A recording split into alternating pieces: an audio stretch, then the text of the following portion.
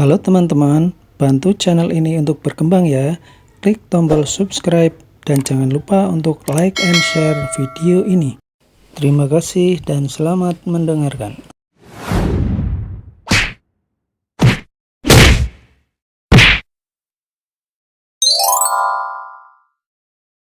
Bab 491, dengan Roald mengeluarkan puluhan miliar. Frederick tersenyum dan berkata, "Hei, kalau begitu, kamu harus bertanya pada Tuan Muda Louis dulu. Di antara tamu di sini, aku tidak takut pada siapapun kecuali Tuan Muda Louis." Louis sama sekali tidak tertarik dan berkata, "Silakan saja." "Baiklah. Tunggu sebentar, aku akan menawarkannya untukmu." Senyum Frederick percaya diri. Chloe menundukkan kepalanya berpura-pura malu dan berkata, "Sayang, kamu sangat baik. Kamu bisa melakukan apapun yang kamu mau nanti malam." Melihat Chloe seperti ini, Frederick merasa lebih bersemangat ketika memikirkan kegilaan Chloe di malam hari. Dia segera berdiri dan berteriak, "Nona Monica, mari kita mulai. Aku ingin gelang ini." Tamu lain sedikit tidak puas, tetapi mereka tidak berani menantang Frederick dan hanya diam. Monica tersenyum ringan dan berkata, "Mungkin kalian baru melihat keindahan gelang kristal ini, tetapi belum mengetahui nilai sebenarnya. Karya seni gelang ini dibuat secara pribadi oleh ahli internasional Dr. Berlian. Semua orang pasti pernah mendengarnya, jadi nilainya sangat berarti. Tapi, gelang ini tidak membutuhkan terlalu banyak persyaratan. Kami hanya meminjam keahlian Dr. Berlian, jadi tidak ada aturan bahwa hanya dapat diberikan kepada satu orang selamanya. Setiap berlian kecil di sini adalah berlian asli dari negara Niria, kristal birunya juga murni alami, serta satu persatu dipilih dengan cermat, nilainya sangat tinggi. Tidak peduli seorang wanita yang menawar untuk dipakai sendiri, atau seorang pria yang menawar untuk diberikan kepada seorang wanita, gelang ini jelas merupakan pilihan terbaik." Semakin Monica menjelaskan, semua orang semakin bersemangat ingin mengajukan penawaran. Monica berhenti memamerkan gelang dan langsung mengumumkan pelelangan. "Harga awal gelang kristal biru ini adalah 1,2 miliar, penawaran dimulai sekarang." Frederick adalah orang pertama yang berdiri dan berkata, "2 miliar! Aku menawar 2 miliar! Sayang, kamu luar biasa!" Teriak Chloe dengan cepat dan melirik Angel dengan nada provokasi yang kuat di matanya. Namun, Angel tidak memandang Chloe sama sekali dan hanya duduk diam. Frederick langsung menaikkan harganya hingga 2 miliar. Akan tetapi hal itu tidak menghilangkan antusiasme semua orang. Dulu, jika Frederick mengajukan penawaran, orang lain pasti akan kehilangan muka dan akan menyerah begitu saja. Namun, gelang kristal biru ini membuat banyak orang enggan menyerah, terutama para wanita pengusaha yang kuat. Mereka tidak akan menyerah. Seorang wanita bergaun biru muda mengulurkan tangannya dan berkata, "Aku menawar 2 miliar 400 juta. Aku menawar 3 miliar. 3 miliar 200 juta." Frederick tampak sedikit murung ketika melihat penawaran orang lain. Akan tetapi dia tidak bisa mengatakan apapun karena mereka menawar dengan resmi. Frederick menggertakkan giginya dan menawar lagi. 4 miliar. Suasana para tamu yang menawar di lokasi kembali ricuh. "Kamu menginginkannya, kan?" tanya Valentino lagi dengan sengaja pada Angel. Aku tidak mau," jawab Angel setelah membeku sejenak. "Sungguh tidak mau?" Valentino tersenyum dan berkata, "Kamu harus mempertimbangkannya dengan baik karena hanya ada satu kesempatan." Angel terdiam selama beberapa detik dan berbisik, "Kalau begitu, aku mau." Banyak wanita yang tidak bisa menolak benda yang mengkilap seperti itu, termasuk Angel. Valentino mengangguk sambil tersenyum, lalu mengulurkan tangannya dan berteriak, 10 miliar. Wush! Kerumunan yang telah mengajukan banyak tawaran seketika berbalik untuk melihat Valentino. Barusan saja ada orang menyebut 4,6 miliar, jadi Valentino langsung menambahkan 5,4 miliar, menaikkan harganya menjadi 10 miliar rupiah. Seketika banyak orang menyerah dalam persaingan setelah Valentino mengajukan penawaran ini. Meskipun barangnya bagus, mereka masih harus memiliki syarat untuk bersaing. Namun, banyak orang penasaran dari mana Valentino mendapatkan begitu banyak uang. Orang-orang seperti Frederick berpikir, meskipun Valentino mengenal banyak tokoh besar, tetapi mereka berbeda. Orang-orang besar itu tidak selalu bisa memberi Valentino uang, bukan? Lalu, apa bedanya dengan sedekah? Mungkin saja, Direktur Hendrik dan yang lainnya meminjamkan uang kepada Valentino. Bagaimana menurutmu? Bisik seseorang. Begitu perkataan ini diucapkan, banyak orang mengangguk diam-diam. Hal ini adalah satu-satunya kemungkinan. Valentino sama sekali bukan direktur sebuah perusahaan, jadi tidak mungkin mengeluarkan uang sebesar 10 miliar sesuka hatinya. Bahkan Angel yang baru saja menjabat sebagai CEO keluarga Kusuma tidak dapat mengeluarkan uang sebanyak ini. Jadi, satu-satunya kemungkinan adalah Valentino meminjam uang dari Hendrik. Dia melirik Valentino dengan ekspresi jahat. Memang sesuai dengan sifatnya yang suka berlagak kaya, apapun meminjam orang lain. Namun, penawaran ini juga membuat Frederick ingin menyerah. Frederick merasa bahwa tidaklah sepadan menghabiskan 10 miliar rupiah untuk Chloe. Sayang, kamu harus semangat, kamu tidak bisa membiarkan orang lain meremehkanmu.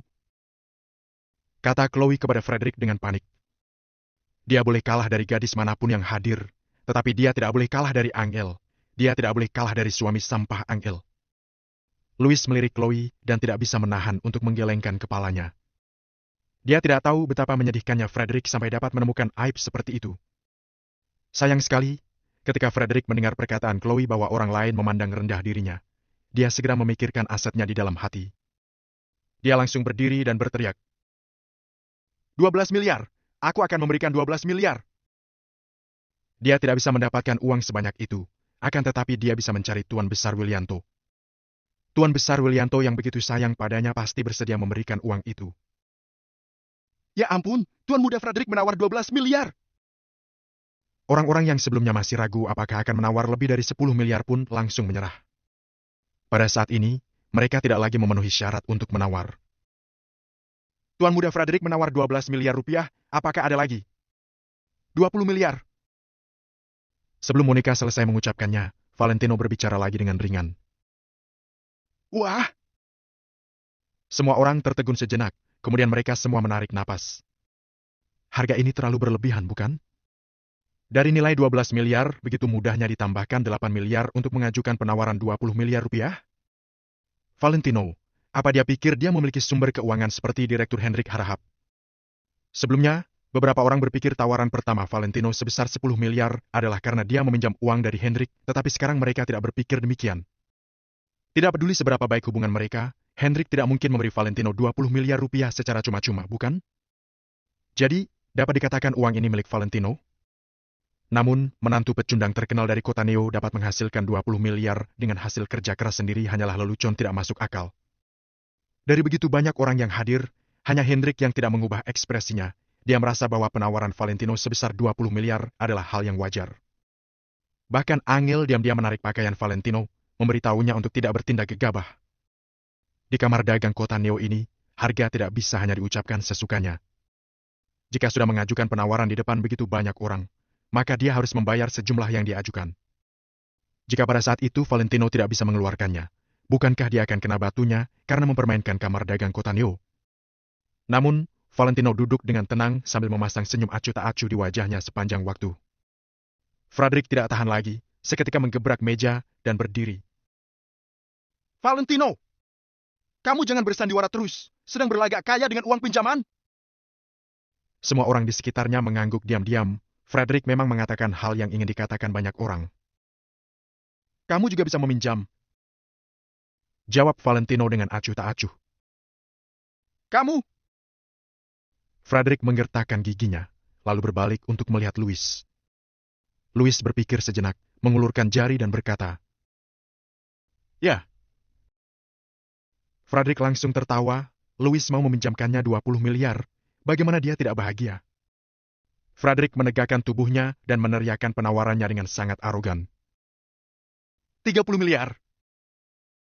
Setelah tawaran putus asa Frederick, dia berdiri tegak dan menunggu seruan orang banyak. Benar saja, ketika harga 30 miliar diteriakan, semua orang seketika berseru. Ya ampun, Tuan Muda Frederick! Namun, sebelum Frederick bisa menikmati sensasi menjadi pusat perhatian, Valentino berteriak dengan suara yang dalam. 60 miliar! Bab 492, aku menawarkan 200 miliar. Begitu harga itu disebut, semua orang di tempat langsung menjadi sangat hening. 60 miliar. Ada 4 digit nol di belakang 6 juta. Langsung diucapkan Valentino dengan begitu santai. Harus diketahui, pedang Hendrik seharga 20 miliar sebelumnya sudah sangat mengejutkan semua orang. Sedangkan sekarang, Valentino menawarkan harga setinggi 60 miliar. Ini 3 kali lipat di atas Hendrik. Apakah Valentino benar-benar begitu kaya? Dalam sesaat, semua orang langsung berbisik-bisik. Mereka semua merasa Valentino sudah gila. Bahkan Angel juga buru-buru menghentikan Valentino. Harga ini jauh melebihi harga gelang kristal biru.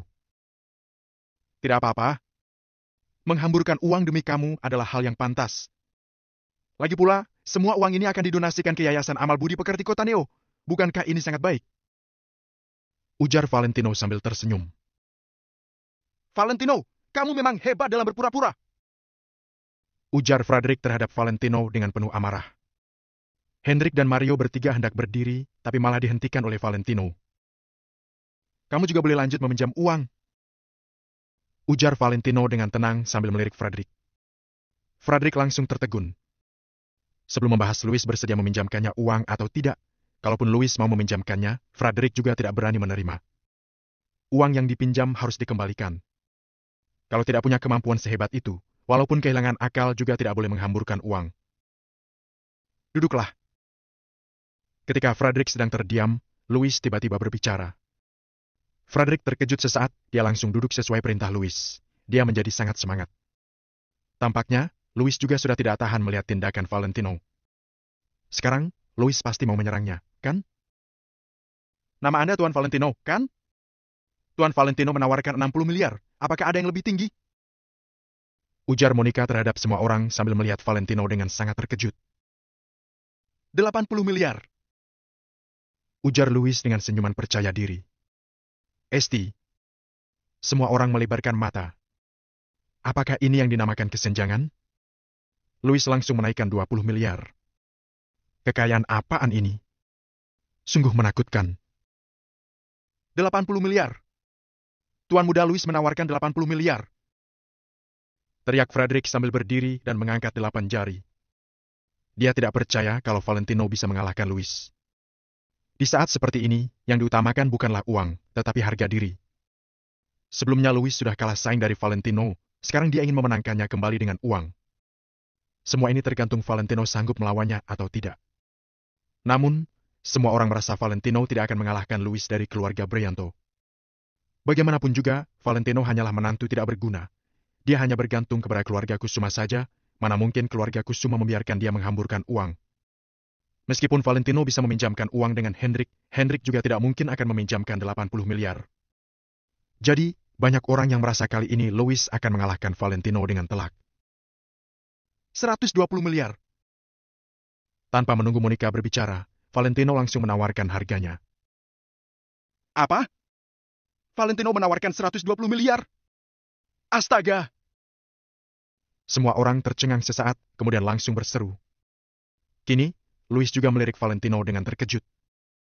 Valentino tidak sedang main-main, kan? Louis terdiam sesaat, dia menatap Valentino dengan dalam dan berkata, 130 miliar. Ini adalah tawaran maksimal Louis. 200 miliar. Selesai Louis berbicara, Valentino langsung lanjut bicara dengan acuh tak acuh. Sudah diputuskan. Aula pesta koktail yang luas dengan jumlah tamu ratusan orang dalam sekejap menjadi hening. Louis terkejut setengah mati. Frederick kehabisan kata-kata. Bahkan Monica yang bertanggung jawab dalam pelelangan langsung menjadi pucat. Mario dan Slamet melongo. Angel juga melihat Valentino dengan sangat terkejut. Dia berpikir, apakah Valentino sudah gila? Kini, semua orang terkejut hingga tahan napas dan kebingungan. Hanya Hendrik seorang saja yang merasa biasa terhadap hal ini. Bahkan jika Valentino mengeluarkan 2 triliun, Hendrik juga tidak akan merasa aneh. Kekayaan keluarga Wijaya Kota Kamer sudah tidak dapat dihitung lagi. Jadi, sangat konyol jika tuan muda dari keluarga Wijaya tidak sanggup mengeluarkan 200 miliar. 1 menit berlalu, aula pesta koktail tetap tidak bersuara. Harga 200 miliar ini mengejutkan semua orang hingga kehabisan kata-kata. Bahkan Louis yang sangat kuat, kini juga menundukkan kepala dan menyerah untuk bersaing. Keluarga Brianto memang sanggup mengeluarkan 200 miliar, tapi mereka tidak akan membiarkan Louis sembarangan menghamburkannya. Tuan Valentino, berapa penawaran harga Anda tadi? Tanya Monica dengan gemetar, lalu melihat Valentino dengan ekspresi terkejut. Aku menawarkan 200 miliar. Ujar Valentino dengan datar. Kali ini, semua orang sudah mendengar dengan jelas. Barusan tadi mereka memang tidak salah dengar kalau Valentino menawarkan 200 miliar. Seluruh tubuh Monica gemetaran, tapi dia tetap memaksakan untuk berdiri dan mengumumkan kalau Valentino adalah pemenang lelang ini. Gelang kristal biru menjadi milik Valentino. Chloe sangat tidak puas. Dia tidak bisa menerima kenyataan dikalahkan oleh Angel. Dia bisa menerima jika gelang ini didapatkan wanita lain di aula ini, tapi dia tidak puas jika gelang ini didapatkan Angel. Tidak peduli betapa tidak puasnya, dia juga tidak bisa mengubah kenyataan ini. Kecuali Chloe bisa menawarkan lebih dari 200 miliar. Namun, mana mungkin bisa. Valentino, apa kamu sanggup membayarnya? Kamu kira kamu sedang belanja di toko? Kalau tidak puas, bisa dikembalikan uangmu. Aku beritahu kamu, itu tidak mungkin.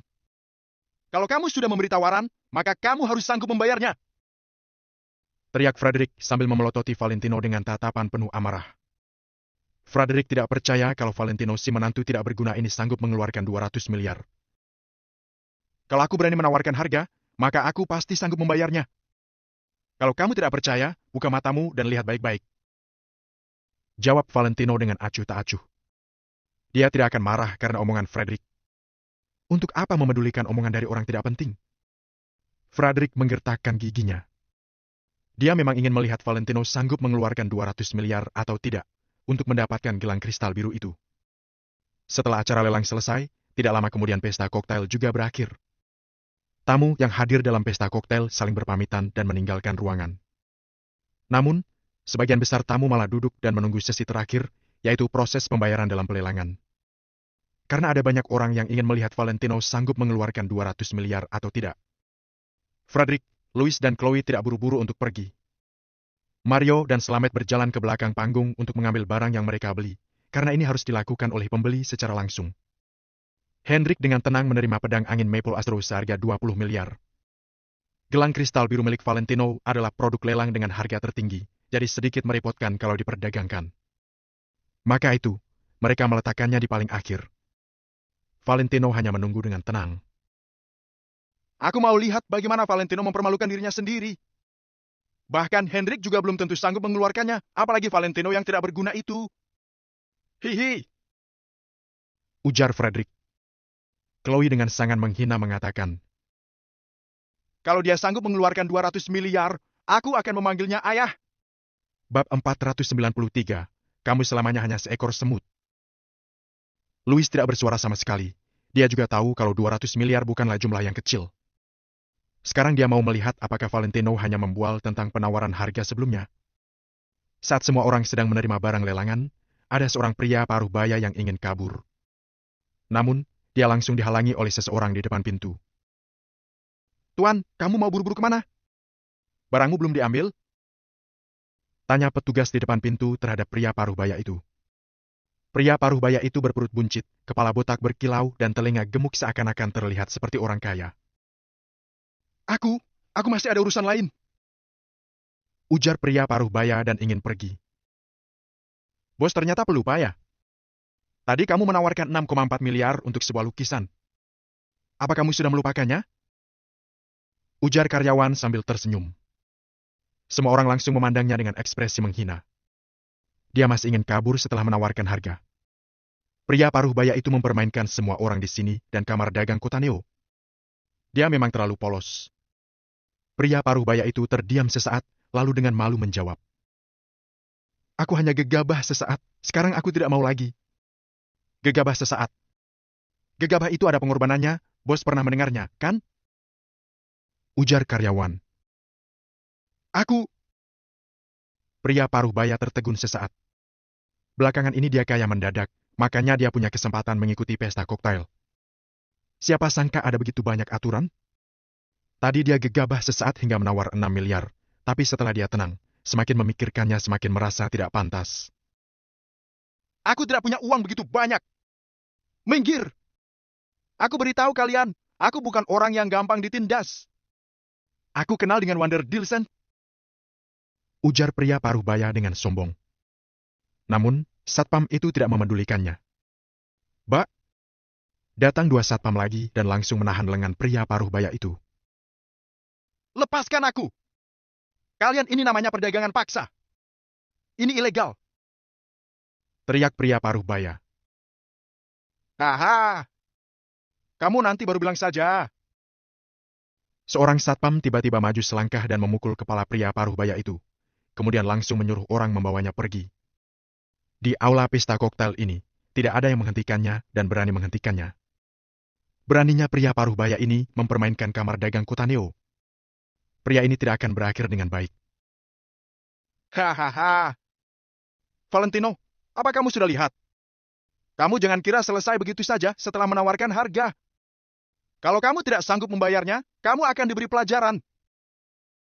Teriak Frederick sambil tertawa terbahak-bahak. Valentino sama sekali tidak memedulikannya, dia hanya memejamkan mata dengan santai. Menurut Valentino, 200 miliar dijadikan amal adalah hal yang lumayan baik. Dia bahkan merasa pantas karena masih bisa memberi Angel gelang kristal biru. Valentino sebagai penerima terakhir, dia juga berjalan ke belakang panggung untuk mengambil barangnya. Direktur Hendrik, apakah Tuan Valentino memerlukan bantuan kita? Tanya Mario. Perputaran dana 200 miliar memang sangat sulit bagi keluarga laki dan keluarga cendana. Namun, mereka juga tidak akan membiarkan Valentino dalam masalah. Kalian tenang saja. Ujar Hendrik. Mereka berdua juga tidak berani mengatakan apapun lagi. Angel, kenapa kamu masih duduk diam di sana? Apa kamu tidak menghubungi ambulans? Chloe tiba-tiba menatap Angel sambil mengolok-olok. Angel baru tersadar, dia menatap Chloe dengan tatapan kebingungan. Haha, kamu masih belum mengerti. Kamu kira Valentino akan baik-baik saja kalau dia tidak sanggup mengeluarkan uang? Tawa Chloe. Semua orang di aula pesta koktail juga memandang dengan tatapan menghina. Hei, orang yang berani mempermainkan kamar dagang kota Neo akan dihajar hingga babak belur. Ujar Frederick. Omong kosong apa yang kamu bicarakan? Kalau Tuan Valentino butuh, grup laki akan mengeluarkan uang itu. Mario tiba-tiba berdiri sambil menatap Frederick dengan amarah. Kamu! Frederick memelototi Mario, tapi dia tidak berani bersikap tidak sopan dengan Mario. Aduh! Tuan Mario, Frederick hanya mengatakan kebenarannya. Semua orang ikut serta dalam acara lelang ini, tentu saja harus menepati aturan. Kalau bisa menawarkan harga tanpa membayarnya, bukankah semua orang juga bisa menawarkan harga? Jadi, siapapun itu tetap harus dihukum kalau tidak sanggup mengeluarkan uang. Ini sudah mutlak. Ujar Louis. Mungkin ini akan mengecewakan kalian. Setelah Louis mengatakannya, Valentino perlahan berjalan keluar dari belakang panggung. Dia keluar dengan kondisi yang baik dan tidak ada bekas dihajar. Dia bahkan keluar sambil membawa sebuah kotak kecil. Semua orang langsung berpikir itu mungkin adalah gelang kristal. Orang-orang yang sedang mengolok-olok Valentino kini langsung terdiam. Louis dan Frederick langsung menutup mulut saat melihat kotak kecil yang dipegang Valentino. Valentino berjalan ke depan Angel, kemudian membuka kotak kecil itu. Gelang kristal biru itu langsung memancarkan cahaya dan kilauan, hingga menarik perhatian semua orang. Cincin di ring pasti sangat cocok kalau dipadukan dengan gelang. Saat Angel sedang termenung, Valentino tersenyum sambil memakaikan gelang itu di pergelangan tangan kiri Angel. Semua wanita di aula ini melihat dengan tatapan penuh kekaguman. Bahkan Chloe yang sangat iri juga merasa sangat kagum. Ayo pergi. Setelah menyelesaikan semuanya, Valentino baru berdiri dan menyapa beberapa orang. Hendrik dan lainnya juga langsung mengikuti Valentino berjalan pergi, bahkan Angel juga mengikuti di belakang dengan kebingungan. Semua orang di belakang melihat Valentino dengan tatapan penuh kekaguman. Valentino yang sekarang bukanlah pencundang lagi. Ada 3 keluarga dari 4 keluarga besar yang mendukungnya, ditambah lagi dengan Maple Rain Real Estate. Siapa yang tidak takut dengan orang seperti ini? Dia tidak hanya berkuasa, dia bahkan bisa mengeluarkan 200 miliar dengan sangat gampang. Inilah yang mengejutkan semua orang. Sekarang dengan kekayaan dan kekuasaan Valentino, dia sudah menjadi orang terkemuka di kelas atas kota Neo. Ditakutkan ke depannya, nama Valentino akan menghibohkan seluruh kota Neo lagi. Namun, yang berbeda adalah kali ini orang-orang bukan mengejek Valentino seperti dulu lagi, melainkan sangat menghormatinya. Frederick semakin memikirkan semakin tidak senang. Dia langsung mengejar keluar dan berteriak terhadap Valentino. Valentino, kamu jangan sombong. Kota Neo tidak segampang yang kamu bayangkan. Kamu mengira dirimu sangat hebat, tapi di luar masih banyak yang lebih hebat dari kamu. Kamu tunggu saja. ujar Frederick dengan amarah. Di luar memang masih banyak orang yang lebih hebat dariku. Namun, di depanku, kamu Frederick selamanya hanyalah seekor semut. Ujar Valentino dengan membalikkan badan dan menatap Frederick dengan tatapan menghina. Kamu! Frederick menggertakkan giginya. Kamu jangan panik. Tidak lama lagi, kamu akan tahu kalau kata-kataku bukan sekadar gertak saja. Kalau keluarga Willianto cerdas, aku akan memberikan kalian kesempatan lagi, yaitu antar biaya reparasi sebanyak 6 miliar ke keluarga Kusuma sebelum jam 8. Kalau kamu mengantarkan uang itu, aku akan mengampuni keluarga Willianto. Kalau tidak, aku bahkan tidak akan memberimu kesempatan untuk penyesalan. Bau ancaman dari kata-kata Valentino terdengar sangat menakutkan. Dia bahkan mengatakannya di depan semua orang. Bab 494, di rumah ini, aku yang membuat keputusan. Tidak hanya Mario dan Slamet, bahkan Angel juga mendengar kata-kata Valentino dengan jelas. Kali ini, Valentino tidak berencana untuk menutupi identitasnya dan merendah lagi. Setelah sekian lama, saatnya dia mengumumkan identitasnya. Kalau tidak, orang-orang menjengkelkan seperti Frederick, cepat lambat akan membuat Valentino meledak. Valentino, bicara omong kosong apa kamu? Kamu kira keluarga Willianto bisa ditindas dengan begitu gampang? Chloe tiba-tiba berjalan kemari dan menatap Valentino dengan ekspresi penuh amarah. Hendrik melirik Chloe, lalu berkata, kalau itu terjadi, kamu bahkan tidak punya kesempatan untuk berlutut. Awalnya Chloe tertegun, lalu tertawa dan menunjuk Valentino. Hanya dengan kamu pecundang yang sudah dihina selama 3 tahun ini, ingin membuatku berlutut? Hahaha. Kalau memang itu terjadi, aku bahkan bersedia memanggil Valentino sebagai ayah. Ujar Chloe dengan sangat keterlaluan. Ingat panggil aku ayah kalau kita bertemu sekali lagi. Ujar Valentino sambil tersenyum sinis. Valentino, apa yang mau kamu lakukan? Frederick menelan ludah, dia juga merasakan nada bicara Valentino sangat tegas. Sebelumnya, aku bilang keluarga Willianto tidak tahu aturan. Malam ini, aku akan ke rumah kalian memberi kalian pelajaran. Ingat, kesempatan hanya datang sekali. Ujar Valentino. Hari telah menjelang sore setelah pesta koktail selesai. Slamet mengantarkan Valentino, Hendrik dan lainnya ke bawah perumahan. Angel sebenarnya mengajak Slamet masuk ke rumah untuk minum teh sebagai tanda terima kasih. Namun, Slamet tidak begitu berani, yang lebih penting adalah dia masih harus kembali ke istana pribadi keluarga Cendana untuk melaporkan kejadian hari ini kepada Tuan Besar Lukman. Setelah Valentino dan Angel tiba di rumah, tidak disangka Mary tidak keluar untuk berkumpul, melainkan hanya duduk di ruang tamu sambil menelpon. Melihat Valentino dan Angel sudah kembali, Mary hanya melirik sekilas tanpa mengatakan apapun, dia hanya lanjut menelpon. Halo, Kak. Aku Mary. Benar. Belakangan ini aku pindah rumah, jadi aku mau mengajak kalian makan di rumah baruku. Benar. Hahaha. Baik, nanti aku hubungi kamu lagi. Mary menelpon sambil membuka buku telepon. Mary menghabiskan sore ini dengan menghubungi semua teman dan kerabatnya. Mary bahkan jual mahal dengan tidak memberitahu teman-temannya kalau lokasinya di villa pusat perumahan di Jing Oriental. Dia berencana mengagetkan mereka semua di saat itu. Ibu, kenapa kamu begitu? Apa kamu sudah menanyakan pendapat Valentino? Menunggu Mary selesai menelpon, Angel langsung menanyakan sambil mengerutkan alisnya. Untuk apa tanya dia? Aku adalah pemilik rumah ini. Aku yang memutuskan semuanya. Ujar Mary dengan percaya diri. Namun, Valentino yang membeli villa itu. Ujar Angel. Beli?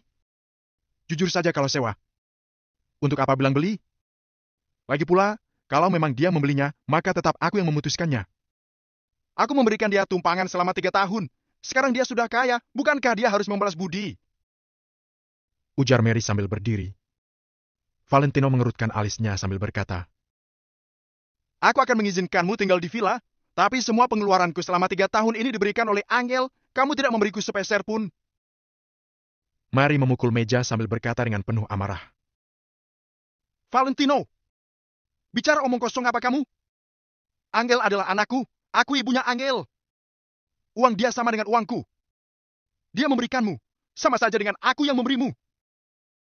Valentino melirik Mary sekilas. Dia tidak tertarik untuk berdebat dengan Mary yang sombong.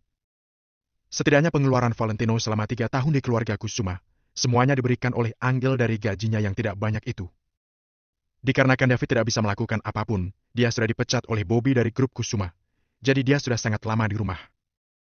Belakangan ini karena Angel memimpin grup Kusuma, David baru dapat kembali bekerja. Valentino tidak mempermasalahkan dengan Mary karena memikirkan posisi Angel. Kenapa kamu diam? Valentino, aku beritahu kamu, di sini cuma aku yang bisa memutuskan semuanya. Bahkan di Villa Pusat juga begitu. Kamu diam-diam saja kalau kamu tahu diri. Jika tidak, aku akan memaksa Angel cerai denganmu dan dinikahkan ke keluarga Wijaya Kota Kamer. Kamu kira aku menginginkan villa buruk ini? Kalau aku jadi mertua Tuan Muda Wijaya, aku bahkan bisa tinggal di Villa Cloud yang mewah itu. Melihat Valentino tidak mengatakan apapun, Mary menyombongkan diri di depannya. Kusarankan kamu sering-sering menemani Jenny kalau tidak sibuk. Ujar Valentino. Dia langsung membalikkan badan dan membawa Angel masuk ke dalam kamar. Dalam keluarga Kusuma, hanya Jenny saja yang tahu identitas asli Valentino. Sementara itu, Mary sama sekali tidak memedulikan omongan Valentino. Dia hanya duduk di sofa sambil menelpon teman dan kerabatnya. Di dalam kamar. Valentino, ibu. Angel ingin mengatakan kepada Valentino untuk mengabaikan ibu, tapi dia merasa sedikit susah untuk mengatakannya. Dia sudah sering mengatakan kata-kata seperti ini terhadap Valentino. Valentino berkali-kali mengalah dari Mary, tapi Mary malah semakin lama semakin keterlaluan. Angel bukan orang bodoh dan tidak buta. Dia bisa melihat jelas perlakuan ibunya terhadap Valentino. Awalnya Angel masih merasa tidak mempermasalah saat Valentino dianggap pecundang oleh orang-orang. Namun, sekarang Valentino perlahan-lahan menunjukkan kehebatannya. Semua ini membuat Angel paham, meskipun Valentino meninggalkan keluarga Kusuma, juga akan hidup dengan lebih baik. Jadi, kini dia merasa sangat bersalah, bahkan merasa sangat malu di depan Valentino. Tidak apa-apa.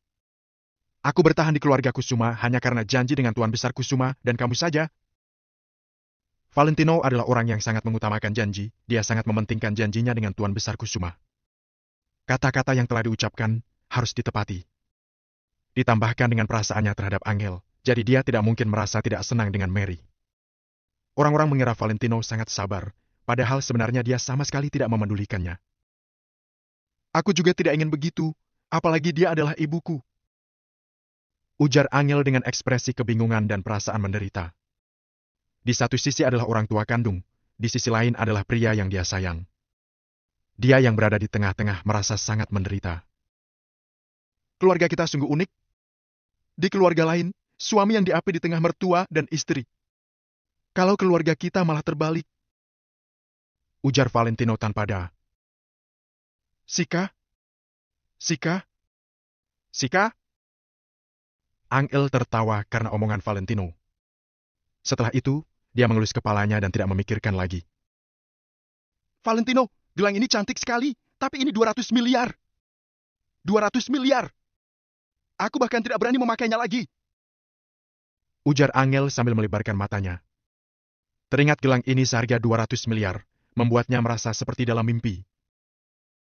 Aku sudah pernah bilang, barang apapun di dunia ini, kalau kamu menginginkannya, aku akan memberikannya padamu. Ujar Valentino sambil mengulurkan tangan memeluk Angel. Bab 495, pemenang akan menjadi pemimpin. Angel sedikit tersentuh, dia juga tidak melawan sama sekali. Meskipun sekarang dia dan Valentino belum sampai tahap akhir, tapi mereka sudah melakukan banyak hal dengan sangat alami. Valentino perlahan menundukkan kepala dan mencium bibir Angel. Keluarga Brianto di kota Neo. Sebagai keluarga terbesar di kota Neo, kediaman keluarga Brianto sangat luas, bangunannya juga sangat mewah. Di ruang tamu yang mewah, terlihat Louis sedang duduk sambil melapor kepada seorang pria paruh baya. Pria paruh baya ini memiliki penampilan yang gagah, fitur wajah yang tajam dan aura yang sangat berkelas. Ekspresinya sangat tegas, meskipun sedang di rumah, dia juga berpakaian setelan jas formal. Di depan pria paruh baya ini, Louis yang biasanya sembrono, kini sedang melaporkan semua kejadian dengan sangat sopan. Pria paruh baya ini adalah Mark Brianto, ayahnya juga kepala keluarga Brianto sekarang. Louis seperti sedang berhadapan dengan atasannya. Setelah dia melaporkan semuanya, dia langsung duduk diam-diam sambil menunggu. Ekspresi Mark datar dan serius, dia menekukkan jari tangannya, kemudian mengetuk meja. Kamu bilang keluarga laki, keluarga cendana bahkan Maple Rain Real Estate bersikap sopan padanya? Tanya Mark untuk memastikan. Iya, kelihatannya mereka memang sangat menghormati Valentino. Frederick bilang Valentino menipu 3 keluarga itu, tapi aku tidak berpikiran begitu. Ujar Louis dengan serius. Mark menganggukkan kepalanya. Frederick memang sangat bodoh, pemikirannya sungguh konyol. Grup laki, grup Green Forest, termasuk Hendrik, mereka bertiga bisa begitu sukses hingga hari ini. Bukan karena keberuntungan saja. Frederick bahkan tidak memikirkan bagaimana cara Valentino bisa menipu Hendrik dan lainnya yang sangat cerdas. Kedepannya kamu harus jaga jarak dengan Frederick. Ujar Mark. Iya. Louis langsung mengiyakannya. Grup Nagasan kembali dan kebangkitan kamar dagang kota Neo pasti akan menimbulkan peperangan dengan Maple Rain Real Estate. Sementara itu, Hendrik sudah menerima pedang angin Maple. Tampak jelas dia sudah menerima tantangan ini. Semua ini bisa ditebak dengan gampang. Namun, aku tidak bisa menebak Valentino ini. Mark mengelus dagunya. Dia yang begitu cerdas juga tidak tertebak pemikiran Valentino. Ayah, aku merasa Maple Rain Real Estate akan ditangani oleh kamar dagang kota Neo. Terhadap Valentino, setelah Tuan Muda Chris datang, semuanya akan diselesaikan dengan mudah. Ujar Louis. Mark menggelengkan kepala sambil berkata. Tidak. Kamu tidak boleh meremehkan siapapun. Kalau tidak, kamu akan menjadi seperti Frederick yang bodoh itu. Anakku tidak boleh menjadi orang tidak berguna seperti itu. Louis terkejut dan langsung menganggukkan kepalanya. Saat jatuhnya grup Ika beberapa waktu lalu, Tuan Besar beritahu, aku harus bertindak dengan sederhana karena sekarang ada harimau buas yang bersembunyi di kota Neo. Saat itu, aku tidak memedulikannya, tapi kehebohan kota Neo belakangan ini memang sangat tidak tenang. Aku sedang memikirkan sebenarnya siapa harimau buas itu? Ujar Mark sambil mengerutkan alisnya. Kejadian beberapa waktu yang lalu, topiknya seputar Tuan Muda keluarga Wijaya. Ayah, menurutmu apakah Tuan Muda Wijaya sudah tiba di kota Neo secara diam-diam? Ujar Louis dengan hati-hati. Setelah mendengarnya, Mark terdiam sesaat. Dia menggelengkan kepala sambil berkata, bagaimanapun juga, kota Neo adalah kota kecil, jadi keluarga Wijaya tidak akan fokus pada tempat ini. Ketua grup Nagasan berani menantang Maple Rain Real Estate juga karena alasan ini, kemudian ini juga sedang mengetes sikap keluarga Wijaya. Ujar Mark dengan tatapan mata yang terlintas oleh cahaya. Dengan kecerdasan Mark, dia dapat menebak hal yang tidak bisa ditebak orang. Oh ya, ayah, Valentino bilang mau memberi pelajaran kepada keluarga Willianto. Ujar Louis. Mark tertegun, dia lanjut berkata. Dia sedikit keterlaluan. Keluarga Willianto punya hubungan pernikahan dengan keluarga Brianto kita. Keluarga kita juga anggota utama di kamar dagang kota Neo. Di belakang kamar dagang kota Neo masih ada grup Nagasan yang menopang. Semua hubungan ini kalau disatukan, Maple Rain Real Estate bahkan tidak berani berbicara seperti ini. Kalau dulu, memang tidak apa-apa, tapi sekarang grup Nagasan segera bangkit kembali. Kota Neo bakal terjadi perubahan yang sangat besar. Kata-kata anak muda ini memang sedikit keterlaluan. Ujar Mark. Iya. Jawab Louis sambil menganggukkan kepalanya. Valentino hanya tahu berlagak sombong di masa muda, tapi dia tidak tahu apa yang disebut pemenang adalah pemimpin. Kalau Valentino berani mendatangi keluarga Willianto, mungkin dia akan sulit untuk kabur dari nasib dihajar hingga masuk rumah sakit. Mark perlahan berdiri sambil melihat keluar jendela. Kini sudah petang hari, matahari mulai terbenam. Melihat pemandangan ini, Mark tiba-tiba merasa tidak nyaman. Waktu berlalu begitu cepat. Dalam sekejap sudah jam 7 malam. Setelah Mary selesai menelpon, dia melihat jam, tiba-tiba menepuk tangan dengan penuh amarah. Dia langsung berjalan ke pintu kamar Angel sambil menggedor pintunya. Dia terlalu fokus menelpon hingga tidak menyadari kalau Valentino dan Angel sudah di kamar 1 jam lebih. Bagaimana mungkin dia tidak panik? Bam! Bam! Bam! Buka pintu! Teriak Mary seakan-akan seperti gunung meletus. Mary semakin panik saat tidak mendengar respons apapun dari dalam kamar. Kalau Angel tidak suci lagi, maka keluarga Wijaya Kota Kamar tidak akan menerima Angel lagi.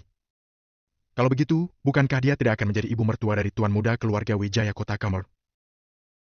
Dasar Valentino! Mary menegurnya dengan keras. Dia langsung menendang pintu kamar dengan kuat. Klek.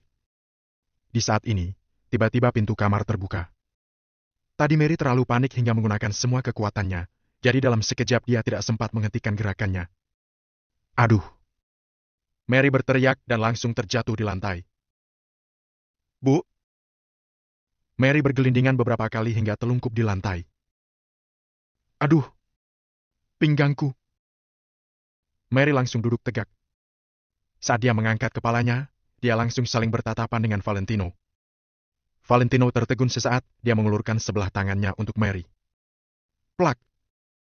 Mary malah langsung menghentakkan tangan Valentino sambil menegur. Kenapa tadi kamu tidak memapah aku? Kamu ingin aku jatuh dan mati agar tidak ada yang mengatur kalian berdua, kan? Ibu, apa yang sedang kamu lakukan? Angel berlari ke arah Mary sambil memapahnya. Mary sebelah tangan menopang pinggang sambil menegur Valentino. Kamu masih tanya apa yang kulakukan? Aku yang mau menanyakan kalian, apa yang kalian lakukan begitu lama di kamar? Mary memelototi mereka berdua dengan penuh amarah. Angel mengerutkan alisnya sambil menegur. Ibu, aku dan Valentino adalah pasangan yang sah. Apa kita berada di kamar yang sama masih melanggar hukum? Mary tertegun sesaat, setelah itu dia langsung mendorong Angel dan berkata dengan dingin. Kamu tidak perlu menjelaskannya padaku. Aku bilang tidak boleh, berarti tidak boleh. Kedepannya kalian tidak boleh berduaan di kamar melebihi setengah jam. Teriak Mary. Valentino melirik Mary dengan datar sambil berkata, kamu terlalu khawatir. Bagiku, setengah jam sama sekali tidak cukup. Hah? Mary dan Angel tercengang bersamaan. Bab 496, bunuh dia. Dia memang pantas mati. Namun, Valentino tidak bermaksud menjelaskan ucapannya itu kepada mereka. Dia pun langsung melangkahkan kakinya dan berjalan keluar dari rumah. Kamu? Gel, apa maksudnya itu? Tanya Mary dengan mata terbelalak. Angel yang dari tadi termangu akhirnya tersadar. Tanpa bisa menyembunyikan rona merah di pipinya, dia menjawab dengan suara kecil. Mana aku tahu? Angel menggerutu di dalam hati. Setengah jam tidak cukup, dasar pembual. Valentino meninggalkan rumah dan sedang berdiri di lantai paling bawah sambil menatap ke langit. Senyuman jahat sekaligus menawan terukir di sudut bibirnya. Malam ini, langit terlihat lebih gelap dari biasanya. Di atas langit yang tidak terdapat banyak bintang itu, bulan bersinar terang diiringi angin malam yang bertiup sepoi-sepoi. Valentino yang berdiri di luar merasakan angin sejuk yang menerpa wajahnya. Sudah waktunya. Ujar Valentino pada dirinya sendiri dengan datar, lalu berjalan lurus ke depan. Lampu jalan yang redup menyinari figur Valentino sehingga membuat bayangannya terlihat sangat panjang. Valentino menapak jalan komplek tanpa mengucapkan sepatah kata pun. Di gerbang komplek, belasan Mercedes-Benz berwarna hitam terparkir dan menunggu kehadirannya dengan tenang. Di samping tiap mobil, setidaknya ada 2 orang pria kekar berbahu lebar yang berdiri dengan tegap. Satpam di gerbang komplek sangat ketakutan sampai hanya berani bersembunyi di balik pos satpam. Layar ponsel di tangannya menunjukkan nomor 112 yang siap diteleponnya kapan saja. Valentino berjalan melewatinya menuju deretan mobil hitam, tanpa mengucapkan sepatah kata pun. Kasman melangkah maju dan melapor kepada Valentino dengan hormat. Tuan Muda Valentino, saya bersama 35 orang lain menunggu perintah Anda. Marco tidak mencegahmu keluar? Tanya Valentino dengan sedikit terkejut. Hendrik pernah mengatakan bahwa sebenarnya Marco yang menempatkan Kasman di perusahaan mereka. Dia juga senantiasa mengawasi gerak-gerik Kasman sepanjang hari. Direktur Hendrik sengaja mengajaknya berbincang untuk menghentikannya. Direktur Hendrik bilang bahwa kita sudah boleh mulai melawan Marco setahap demi setahap. Lapor Kasman lagi. Valentino mengangguk dan berkata, ayo jalan. Kasman buru-buru membukakan pintu, lalu menunggu Valentino masuk ke dalam mobil dan menutup pintunya. Wush! Para pengawal lain juga ikut masuk ke mobil mereka masing-masing. Lampu depan tiap mobil menyala dan belasan Mercedes-Benz hitam langsung melaju keluar komplek dengan rapi. Satpam yang mengintip dari pos jaganya pun membelalak, sambil melihat pemandangan itu dengan tak percaya. Dia bergumam. Bu, bukankah itu menantu Bimeri? Rombongan mobil pun perlahan bergerak menuju kediaman keluarga Willianto di Cotanio. Valentino duduk di jok belakang Mercedes-Benz dengan mata terpejam, sementara Kasman mengemudi di depan tanpa mengucapkan sepatah kata pun. Kegelapan perlahan menyelimuti Cotanio dan menyebar tanpa henti. Langit malam semakin tebal dan angin juga semakin dingin. Bulan yang awalnya masih terlihat menjulang di atas langit kini mulai terselubung. Sembari awan gelap di atas bergerak menutupi cahaya bulan, seluruh kota Neo di bawah juga diselimuti kegelapan. Bulan terlihat gelap dan angin bertiup kencang. Di kediaman keluarga Willianto di kota Neo, putra tunggal generasi ketiga keluarga Willianto yang dianggap sebagai anak kesayangan di keluarganya, Frederick Willianto, sedang duduk di sofa ruang tamu dengan ekspresi masam. Di seberangnya ada ayahnya, sedangkan di sebelah kirinya ada kakeknya. Para anggota keluarga duduk di sofa dan dikelilingi sekelompok pelayan. Namun, bahkan di depan kakeknya pun Frederick tidak menunjukkan rasa hormat sama sekali. Punggungnya bersandar di sofa dengan santai dan kedua kakinya diletakkan di atas meja, sikapnya seakan seorang tetua di keluarga. Frederick, bukankah mereka hanya keluarga Kusuma? Untuk apa kita takut? Ujar ayahnya Frederick, Yonsen Willianto, dengan jijik. Buah jatuh tak jauh dari pohonnya. Bisa dibayangkan seperti apa sifat Yonsen yang merupakan seorang ayah dari anak bajingan seperti Frederick. Benar. Meskipun keluarga Kusuma berada di jajaran 4 keluarga besar, tapi sejak ketua Kusuma pergi, tidak ada yang pantas menduduki posisi pemimpin. Kakeknya Frederick, Chandra Willianto, juga mengangguk perlahan dan berkata, Bobby si anak tertua biasa-biasa saja dan tidak kompeten. David si anak kedua pengecut, sedangkan anak ketiga mereka lebih parah lagi, dia cuma tahu bersenang-senang. Siasat si tua tuan besar Kusuma keliru. Dia mau merekrut orang kompeten, tapi yang ditariknya malah sampah. Bodoh sekali. Keluarga Kusuma yang sekarang bahkan bukan saingan keluarga Brianto sama sekali. Jangankan keluarga Willianto, keluarga kita saja bisa menghancurkan mereka dengan mudah. Ujar Chandra dengan sangat percaya diri. Aku akan membunuhnya. Aku pasti akan membunuhnya. Ucap Frederick dengan murka. Telapak tangannya terkatup erat dan giginya menggertak hingga berderit. Sambil tersenyum menghina, Yonsen melambaikan tangannya dan menimpali. Benar yang kamu katakan. Matikan saja dia. Dia memang pantas mati. Aku masih tidak percaya keluarga laki benar-benar berani melawan keluarga kita dan keluarga Ika hanya demi si Valentino itu. Chandra ikut mencibir.